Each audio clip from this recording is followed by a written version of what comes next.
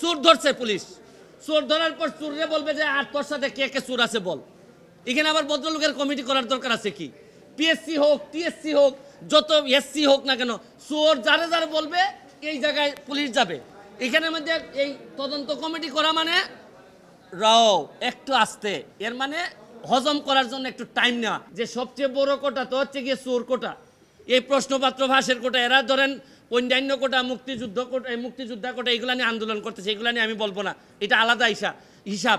কিন্তু জানে না, এরা যদি জানতো যে সবচেয়ে বড় চোর দুর্নীতিবাজ কোটাটা হচ্ছে গিয়ে বাংলাদেশের বড় কোটা, এই কোটার বিরুদ্ধে আন্দোলন করলে সব জিনিস সুবিধা আমরা পাইতাম। প্রশ্নপত্র ফাঁসের সাথে পিএসসির দেখা যাচ্ছে যে উপসহকারী সহ এবং পিএসসির চেয়ারম্যানের গাড়ির ড্রাইভার সৈয়দ আবেদ আলী, তারা ধরা পড়েছেন।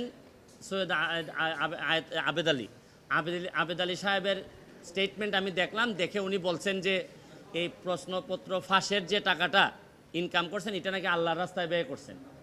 মানে এর চেয়ে দুঃখজনক আর এর চেয়ে এরকম দেশ আমি পৃথিবীর কোথাও দেখি নাই যে 2 নম্বরের টাকা উনি সগৌরবে বলছেন যে এটা উনি আল্লাহর রাস্তায় খরচ করছেন। এটাও আমরা হয়তো ফান হিসাবে নিচ্ছি, কিন্তু আজকে যে কারণে আসছি, আমার কাছে মনে হয়েছে যদি একজন সংসদ সদস্য হিসাবে আমার বলার সুযোগ ছিল, যদি পার্লামেন্ট থাকতো। পার্লামেন্ট যেহেতু নাই, এটা আমার বলার সুযোগ আপাতত আমি পার্লামেন্টে পাচ্ছি না। পার্লামেন্ট যখন হবে তখন হয়তো আমি এটা বলতে পারবো। এখন আমি একজন ব্যারিস্টার হিসাবে আমার বিভিন্ন আইনগত ব্যবস্থা নেওয়ার সুযোগ আমার আছে। এখানে পিএসসির চেয়ারম্যান সাহেবের ড্রাইভার, উনি প্রশ্নপত্র ফাঁসের সাথে জড়িত, এর মধ্যে উপসহকারীও আছেন। তো উনি ড্রাইভার থাকাকালীন সময়ে পিএসসির চেয়ারম্যান অনেকেই ছিলেন। তো এখন প্রশ্ন হচ্ছে গিয়ে যে পিএসসির চেয়ারম্যানরা যারা যারা ছিলেন তারা এই দায় এড়াইতে পারেন কিনা, তারা এটার সাথে যুক্ত ছিলেন কিনা। এখন আমার ড্রাইভার আমার যদি ব্যবসাপাতি করে অথবা ড্রাইভারের মাধ্যমে ওনারা টাকা নিয়েছেন কিনা, এটা ভালোভাবে দেখতে হবে। কারণ ড্রাইভারে ধরার পর যদি এটা ধামাচাপা পড়ে যায়, আরে ড্রাইভার করছে, এটা বুঝেন না, হয় অনেক সময় এইগুলা বলে কিন্তু চাপা দেওয়ার একটা প্রক্রিয়া থাকতে পারে। এইটা আমার মনে হয়েছে যে এটা সরকারের দেখতে হবে। সেকেন্ড হচ্ছে কি, যে কারণে আমি মেইনলি আমার কাছে মনে হয়েছে যে এই প্রশ্নপত্র ফাঁসের কারণে সেই 33তম বিসিএস থেকে না 33তম বিসিএস থেকে 46 পর্যন্ত, এই পর্যন্ত উনার মাধ্যমে অনেকেই সরকারি চাকরি পেয়েছেন, বিসিএস কর্মকর্তা হয়েছেন এই প্রশ্নপত্র ফাঁস করার মধ্য দিয়া। তাইলে উনি যেহেতু ধরা পড়েছেন, তাইলে এখন যারা তদন্ত করতেছেন তাদের মেইন কাজ হবে এই প্রশ্নপত্র ফাঁসের মধ্য দিয়া এই চোর যারা, এই চোরগুলা যারা প্রশাসনের বিভিন্ন জায়গায় বিসিএস কর্মকর্তা বা বিভিন্ন হিসাবে বসে আছে, তাদেরকে তড়িৎ তাদের নাম সবার সামনে নিয়ে আসতে হবে এবং এদের বিরুদ্ধে ব্যবস্থা গ্রহণ করতে হবে। আমিও তো বলি মাঝে মধ্যে, অনেক সরকারি কর্মকর্তা, ইভেন ডিসি ধরেন, অনেক বড় বড় কর্মকর্তা, এদের কথাবার্তা আমার শুনলে মনে হয় যে আরে এত ইনকম্পিটেন্ট একটা লোক ডিসি হয় কিভাবে, একটা ইনকম্পিটেন্ট একটা লোক ইয়নো হয় কিভাবে। আমি যখন দেখি তখন আমার হিসাব মিলে না। এখন আইসা ওই সৈয়দ আবেদ আলীর মাধ্যমে আমার কিছু হিসাব মিলতেছে। তাইলে এই চোরগুলা ওই বিভিন্নভাবে ছড়াই পড়ছে। শুনেন, যুদ্ধাপরাধী, মানবতা বিরোধী অপরাধীরা যে যে জায়গায় থাকে আমরা খুঁজে বের করি, এদেরকে দায়িত্ব দেই না। এদের সেই এই চোরগুলা কি কোনো অংশে কম? এরা সারা জীবন দেশটারে লুটতে খাবে। আরে এই আবেদ আলী তো চলে যাচ্ছে, আবেদ আলীর তো আর কোনো অসুবিধা নাই, যা বানানোর বানাই ফেলছে। আর এই যে আপনার ডাসার উপজেলা চেয়ারম্যান প্রার্থী হয়েছিল, আল্লাহ বাঁচাইছে ডাসার মানুষে, এই যে মাদারীপুর না এটা, হ্যাঁ হ্যাঁ, এই কালকিনি না তো আবার কালকিনির পাশে, যাই কালকিনিও তো বিখ্যাত বিভিন্ন কারণে।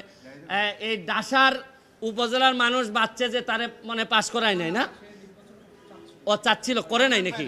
ও আচ্ছা, নমিনেশন পায় নাই, ও নির্বাচন হয় নাই। তো যাই তার কাছে যে মেকানিজম ছিল তাতে আল্লাহ মাহবুদ জানে হয়তো নির্বাচন হলে পাশও করে যেত। তাই এখন হচ্ছে কি আমার মেইন, নাইলে যদি এর ভিতরে আমি ব্যবস্থা না দেখি আমি হাইকোর্টের শরণাপন্ন হব। কারণ আমাদের তো জায়গা হচ্ছে কি হাইকোর্ট। যদি এই ব্যাপারে ব্যবস্থা গ্রহণ না করা হয়, কার কার আমলে এই ড্রাইভার সাহেব ছিলেন, পিএসসির চেয়ারম্যান, তাদের এইটার দায়িত্ব আছে কিনা, তারা এটার সাথে জড়িত কিনা।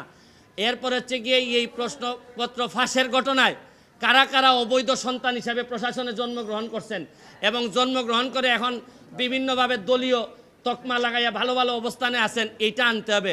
শুনেন, কোটার জন্য আন্দোলন করে, ছাত্ররা সারা বাংলাদেশের মানুষ কোটার জন্য আন্দোলন করতেছে, কিন্তু এরা কি জানে যে সবচেয়ে বড় কোটা তো হচ্ছে গিয়ে চোর কোটা, এই প্রশ্নপত্র ফাঁসের কোটা। এরা ধরেন অন্যান্য কোটা, মুক্তিযোদ্ধা কোটা, এগুলো নিয়ে আন্দোলন করতেছে, এগুলো নিয়ে আমি বলবো না, এটা আলাদা হিসাব। কিন্তু জানে না, এরা যদি জানতো যে সবচেয়ে বড় চোর দুর্নীতিবাজ কোটাটা হচ্ছে গিয়ে বাংলাদেশের বড় কোটা, এই কোটার বিরুদ্ধে আন্দোলন করলে সব জিনিস সুবিধা আমরা পাইতাম। কিন্তু এইটা আমি পরে হয়তো আরেকদিন বলবো। তবে এখন আমার বক্তব্য হচ্ছে স্পষ্ট, এদের বিরুদ্ধে কারা কারা প্রশাসনে আছেন তাদেরকে বের করে তাদেরকে আইনের আওতায় নিয়ে আসা হবে, নাইলে এই দায় সারা জীবন বাংলাদেশের বয়ে বেড়াতে হবে। আমি একজন এমপি হিসাবে, একজন ব্যারিস্টার হিসাবে আমি মনে করি এটা জাতির সামনে নিয়ে আসা আমার দায়িত্ব। আপনাদের মাধ্যমে আমি এটা ছড়াই দিতে চাই এবং আমি দেখতে চাই যে কি ব্যবস্থা গ্রহণ করছেন। নাইলে আমি মাননীয় প্রধানমন্ত্রীর কাছে প্রয়োজনে যাব, মাননীয় চিফ জাস্টিসের কাছে যাব, কারণ এইভাবে একটা দেশ চলতে পারে না। পিএসসি কমিটি করছে, পিএসসি কমিটি, এই যে বাংলাদেশে কমিটিটার আমি ভয় পাই আরও বেশি। কমিটি করলেই মনে করলেন যে ধামাচাপা দেওয়ার জন্য একটা প্রক্রিয়া শুরু হইলো। আরে কমিটির কি কাজ? চোর ধরছে পুলিশ, চোর ধরার পর চোররে বলবে যে আর তোর সাথে কে কে চোর আছে বল। এখানে আবার ভদ্রলোকের কমিটি করার দরকার আছে কি? পিএসসি হোক, টিএসসি হোক, যত এসসি হোক না কেন, চোর যারে যারে বলবে এই জায়গায় পুলিশ যাবে। এখানের মধ্যে এই তদন্ত কমিটি করা মানে রাও একটু আস্তে, এর মানে হজম করার জন্য একটু টাইম নেওয়া। এগুলো আমার অভিজ্ঞতা থেকে বললাম। চেয়ারম্যান বলছে, এই চেয়ারম্যানের আন্ডারে এই ড্রাইভার ছিল না সাদিক সাহেবের আন্ডারে ছিল। তাইলে তদন্ত উনারটা করুক, উনাদের চেয়ারম্যানরা জড়িত ছিল কিনা এগুলা উনারা নিজেরা কিভাবে করলো, প্রশ্ন যাতে পরবর্তীতে আউট না হয় এগুলা নিয়ে তদন্ত হোক। পিএসসি কিভাবে নিজে প্রোটেক্টেড হবে এইটার জন্য তদন্ত কমিটি করে তারা তাদের প্রোটেকশন বাড়াক। কিন্তু এর আগে কারা কারা চোর ছিল, দুর্নীতিবাজ ছিল, বাটপার ছিল, এগুলা বের হয়ে আসা জরুরি সবচেয়ে বেশি। আমি এটার জন্য আলাদাভাবে কোটার বিষয়ে আমি আলাদাভাবে বলবো, কারণ প্রতিটা মানুষেরই এক একটা আন্দোলন থাকে।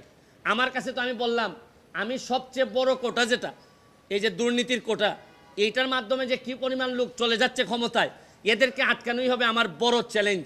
আমি এই বিষয়ে আমি পরবর্তীতে আমি কনফারেন্স করে আবার কথা বলবো।